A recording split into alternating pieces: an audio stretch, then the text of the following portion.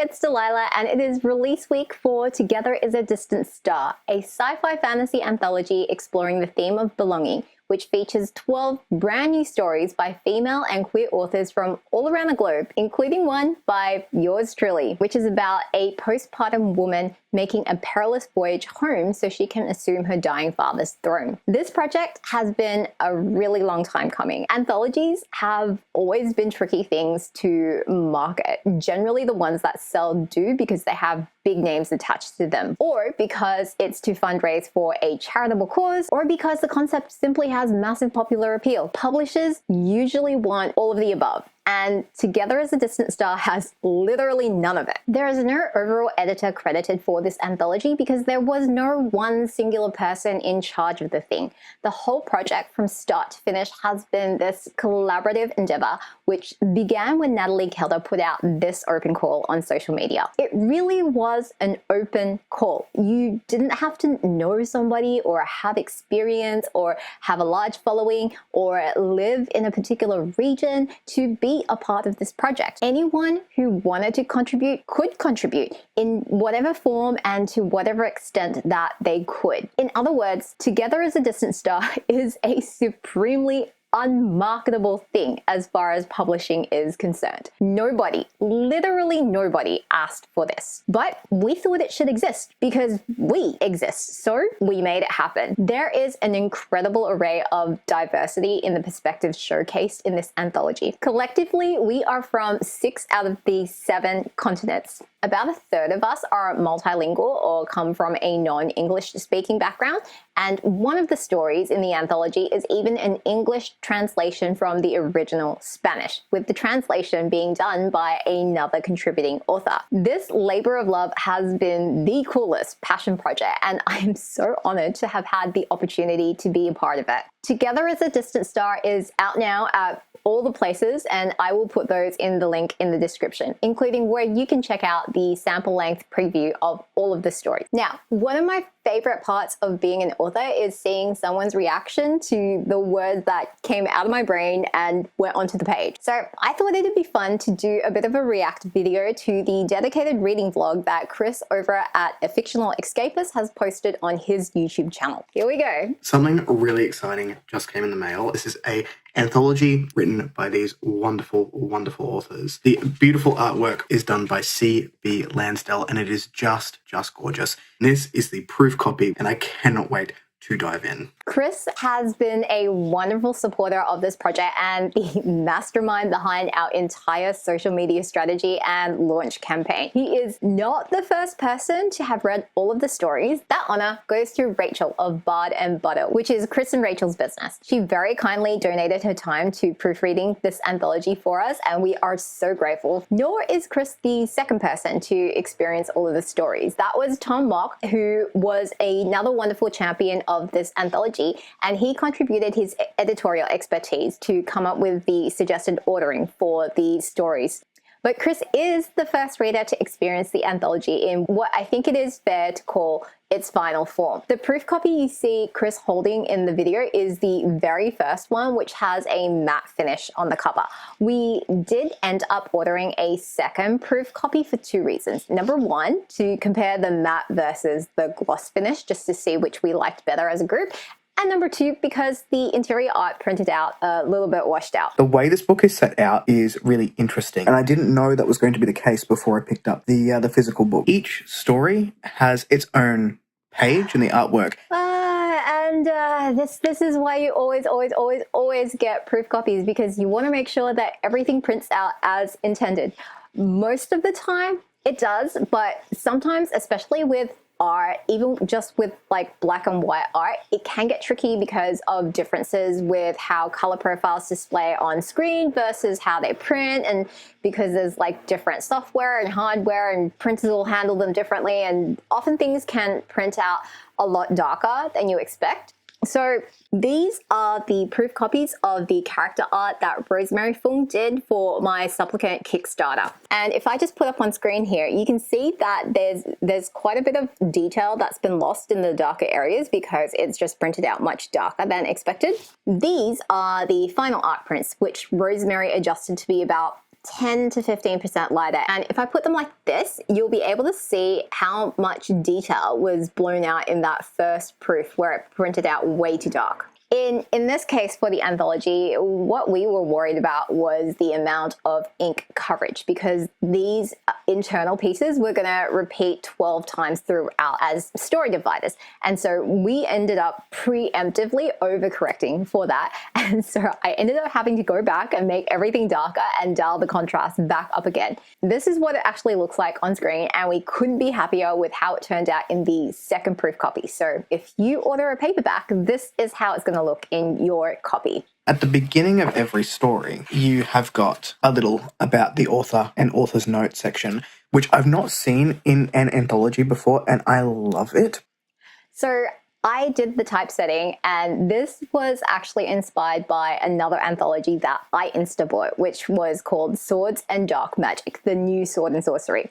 Each author has put their own spin on that author note because the stories are individual to them. I find that sometimes in short story collections, particularly anthologies, if they don't do something like this where they break it up, some of the stories can blend into one, whereas the author's note and the about the story or about the author section and the acknowledgement just serves as a really good, quick palate cleanse to go, okay, I'm now reading a new voice. It really helps me get into the new mindset for that short story that we're going to read next. Most anthologies, short story magazines, basically any sort of publication with a mix of pieces from different authors, the standard practice is to impose some sort of house style, meaning making sure that every piece in the collection or publication uses the same spellings, follow the same rules for the use of things like quotation marks and other punctuation, and adopts the same formatting conventions for things like dialogue, etc. This is done to ensure a seamless and consistent reading experience for the reader, but sometimes it does come at the expense of flattening the author's voice and intent a little bit. Natalie Kelder, for example, in her books, uses a range of different punctuation marks to indicate dialogue because it's indicating if characters are speaking in a specific language. Angled brackets like this, for example, mean they are speaking Middle Galaxian. If Natalie was forced to convert all of those angled brackets into your standard quotation marks, that layer of meaning and intent behind the way she punctuates her work would be lost. So for this anthology, we very deliberately chose not to impose a house style because we felt it was important to preserve each author's individual voice. As another example, not every author in this anthology is American, so not every story in this anthology uses American English. We really wanted readers to fully experience the global range and the diversity of perspectives represented in the anthology while still having it feel cohesive.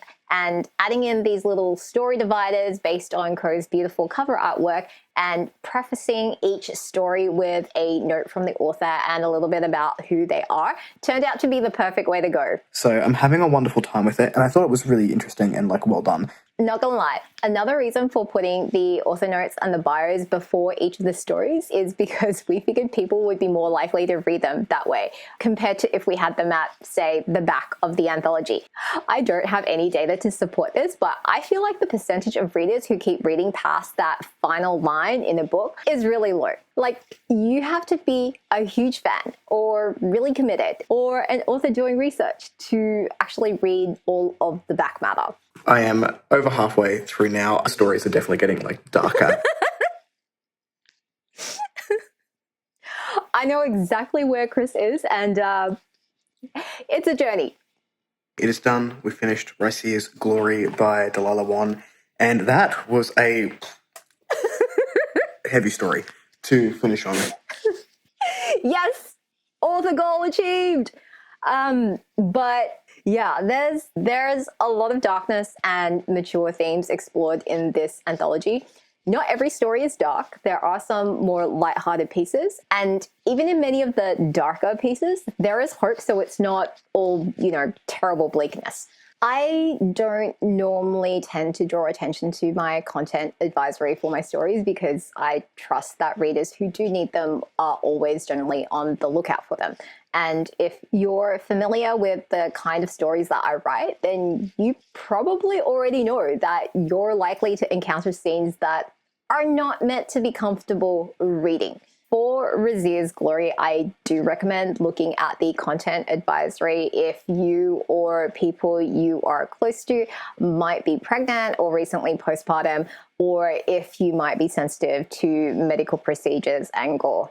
This was about a mother who is quite powerful. She's essentially like just given birth and she has to make some really, really hard choices. I love hard choices, both as a reader and as an author, because hard choices are interesting choices, and interesting choices make for compelling characters and stories. I also believe that holds true in real life. The hard choice, the one that terrifies the shit out of you, that's the choice you should make because it leads to interesting experiences. I quite like the magic in this one, so I think if you've read Petition and Supplicant, you'll get a little bit more out of it just with the way that the magic works. But no stress if you haven't, you can still sort of pick it up. Okay, so a funny little bit of behind the scenes trivia for you. Initially, Tom suggested putting my story as the first story and AJ's story, which opens the anthology, as the final story. And he had like a really good rationale behind that suggestion.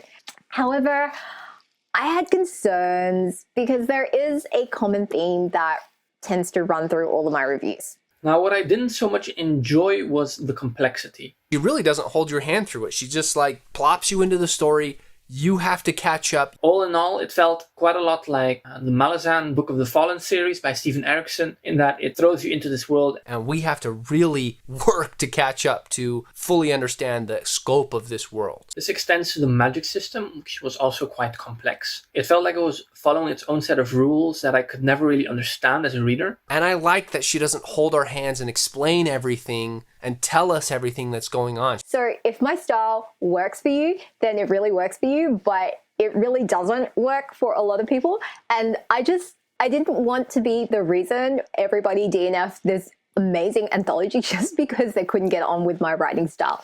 Of all the stories in the anthology, the two that are probably the densest in terms of the world building are Flight of the Guildmaster by C.B. Lansdale and RYSERE'S GLORY.